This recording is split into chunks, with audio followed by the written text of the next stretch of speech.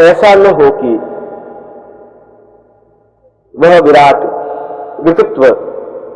हमारे बीच में विद्यमान है और हम उसे पहचान नहीं पा रहे हैं और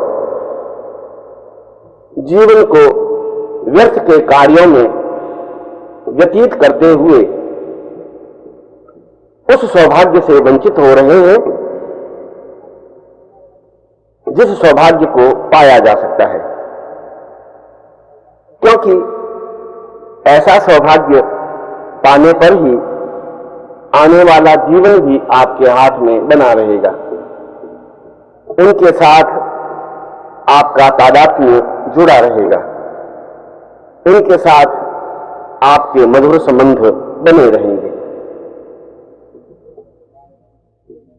उनको तो बार बार जन्म लेना ही है और आपको भी बार बार जन्म लेना ही होगा, पर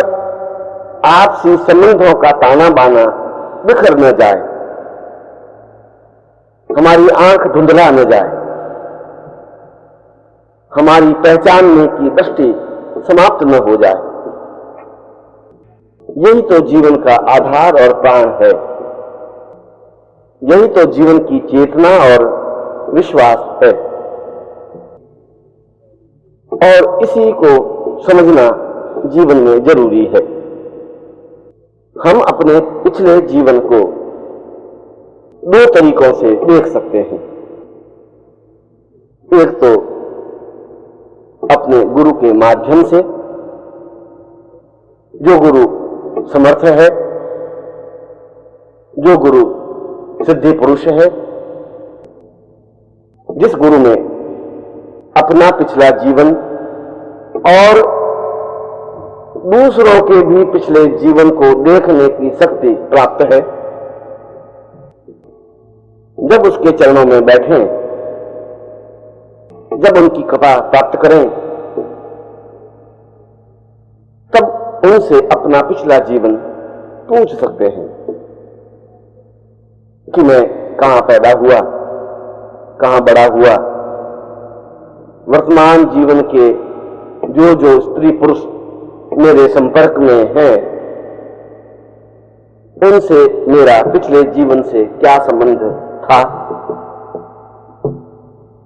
और गुरु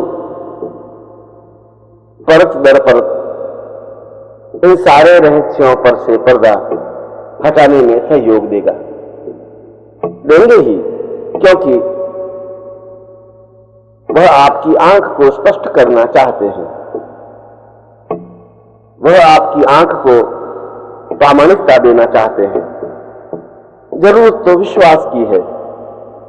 जरूरत तो प्रेम और सामीप्यता की है, जरूरत तो पारस्परिक अंतरंगता की है। तभी तो गुरु तुम्हारे पिछले जीवन और पिछले कई जीवन को स्पष्ट कर सकेंगे, क्योंकि वे तुम्हारे इन सारे जीवन के साक्षीभूत रहे हैं। हर बार तुम्हारा उनसे संबंध, संपर्क, साहचर्य रहा है और वे यह बता सकेंगे कि उनका तुमसे क्या संबंध, किस प्रकार का संबंध, कैसा संबंध रहा है, कहां रहा है, किस प्रकार से रहा है, और आप उस स्थान पर जाकर इसकी जांच कर सकते हैं। यदि वो बताते हैं कि अमुक स्थान पर तुम्हारा जन्म हुआ, तुम बड़े हुए, अमुक स्त्री से विवाह हुआ, इस प्रकार का जीवन व्यतीत किया, तो बताई हुई तरीकी और बताए हुए स्थान पर जाकर आप उनके कथन को प्रामाणिकता की कसौटी पर कस सकते हैं, देख सकते हैं, समझ सकते हैं, परख सकते हैं, और तब आपके सामने से वह पर्दा हट जाएगा जिसकी वजह से आप वर्तमान जीवन को देख नहीं पा रहे हैं। और गुरु तुम्हारे पिछले जीवन को ही नहीं, पिछले कई कई जीवन को भी स्पष्ट कर सकेंगे। और यह जरूरी है, एक थ्रिल है, एक रोमांच है, एक एहसास है कि तुम्हारे जीवन कहां कहां पर किस किस प्रकार से व्यतीत हुए, किन किन युक्तियों से, किन किन तरीकों से आपने जीवन को जिया, किन किन लोगों से आपके संबंध, संपर्क और साहचर्य रहा, उन लोगों का क्या प्रभाव वर्तमान जीवन में है। तब आप निर्णय कर सकेंगे कि किन व्यक्तियों से किस प्रकार से संबंध बनाए रखना है। एक तो तरीका यह हुआ जो कि सुगम है, सरल है, प्रामाणिक है। दूसरा तरीका ब्रह्मांड साधना से हुआ। यदि हम ब्रह्मांड साधना संपन्न करते हैं तो उसके माध्यम से भी हम अपने पिछले जीवन को और पिछले कई जीवन को देख सकते हैं। पर यह साधना तो गुरुदेव ही संपन्न करा सकते हैं, क्योंकि इस साधना के बारे में ब्रह्मांडोपनिषद में विस्तार से विवेचन किया हुआ है कि जब किसी व्यक्ति, पुरुष या स्त्री के मन में अपने पिछले जीवन और उससे भी पिछले समस्त जीवन को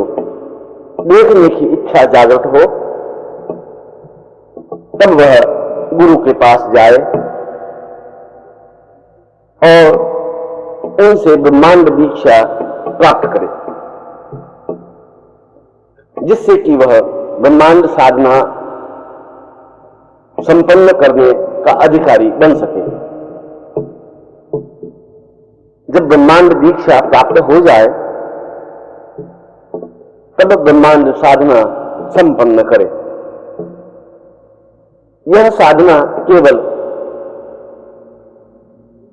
30 दिन की है। ब्रह्मांड यंत्र को सामने रखकर शरीर के प्रत्येक अंग को ऊर्ध्वगामी मंत्र से सिद्ध करे और यह रहस्य, यह क्रिया गुरु सिखा सकते हैं, समझा सकते हैं। और फिर मनोयोग पूर्वक बताई हुई विधि से उस ब्रह्मांड मंत्र का निष्ठापूर्वक 5 लाख मंत्र जप संपन्न करे, जिससे कि सारा शरीर ब्रह्मांडमय बन सके, जिससे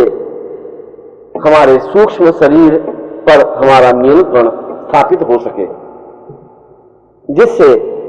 हम अपने सूक्ष्म शरीर को वर्तमान देह के अंदर जो दूसरा एक सूक्ष्म और प्राण तत्व है उसको पीछे की ओर ले जा सके,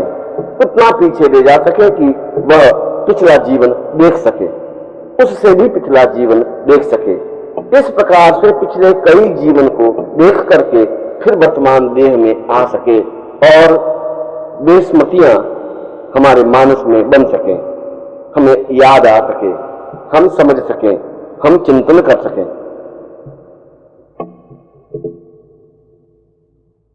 इस ब्रह्मांड मंत्र के माध्यम से जहां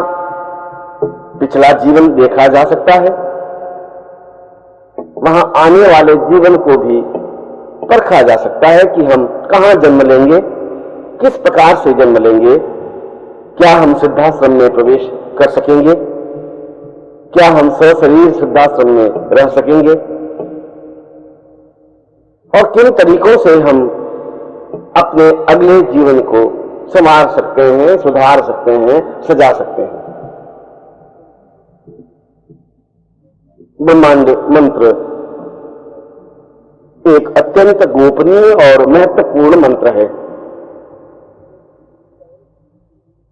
जिसको केवल उच्चारण करने से ही नहीं अपितु गुरु उस ब्रह्मांड मंत्र को शिष्य के पूरे शरीर में, प्राणों में, चेतना में, स्मृति में उतारता है। दीक्षा के समय उसके सहस्रार में, उसके आज्ञा चक्र में, उसके स्वाधिष्ठान और मूलाधार चक्र में उस ब्रह्मांड मंत्र को स्थापित करता है, जिससे कि सारा शरीर ऊर्जामय बनकर प्राण चेतना युक्त होकर अपने सूक्ष्म शरीर को अनुभव कर सकता है, उसको आज्ञा दे सकता है कि वह पिछले जीवन में जाए, उसको बता सकता है कि पिछले कितने जीवन देखने हैं, और उसके माध्यम से ठीक उसी प्रकार से देखा जा सकता है जिस प्रकार से हम टेलीविजन पर कोई फिल्म देख रहे हों। जिस प्रकार से टेलीविजन पर किसी फिल्म को बखूबी देख सकते हैं, समझ सकते हैं, उसी प्रकार इस साधना के बाद अपने पिछले जीवन को भी अपनी आंखों के सामने स्पष्ट देख सकते हैं, उन लोगों को भी, उन संबंधों को भी, उन मान्यताओं को भी। तभी तो हम प्रामाणिकता के साथ सब कुछ समझ सकते हैं। और वास्तव में ही यदि हमें जीवन का आनंद लेना है, यदि हमें जीवन के रहस्यों को सुलझाना है, यदि हमें जीवन के मर्म को पहचानना है, तो अवश्य ही ब्रह्मांड साधना संपन्न करनी ही चाहिए, क्योंकि यही साधना तो हमारे जीवन का आधार है। जब हमारे वर्तमान समय में ऐसे गुरु विद्यमान हो जिन्हें ब्रह्मांड साधना का ज्ञान हो, जो ब्रह्मांड दीक्षा देने में समर्थ हो, जो हमारे शरीर में ब्रह्मांड चेतना उतारने में सक्षम हो, फिर हम एक क्षण भी बिना गंवाए उनके समीप जाकर उस दीक्षा को प्राप्त करें ही, इसमें विलंब करना ही जीवन को चूकना है। ऐसा ही होना चाहिए, ऐसा ही मेरा आशीर्वाद है।